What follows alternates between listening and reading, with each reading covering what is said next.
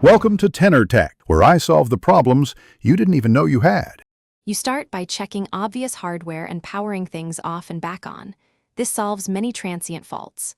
Look at modem and router LEDs to verify power and upstream link. If WAN light is off, note it.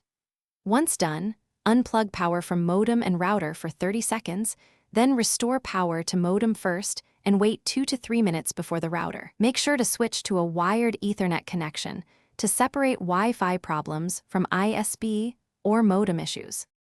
Next, inspect your device and router settings to find the root cause. You should run ipconfig or ifconfig to confirm you have a valid local IP and a gateway. A 169.254 address means no DHCP. If DHCP failed, restart the router's DHCP service or assign a temporary static IP to test connectivity. Once you've collected details, modem MAC, exact LED behavior, and outage time, call your ISP so they can check the line and provision your modem if necessary. Finally, perform advanced but cautious fixes. Update modem/router firmware and replace suspect Ethernet or coax cables because hardware or firmware often causes intermittent outages.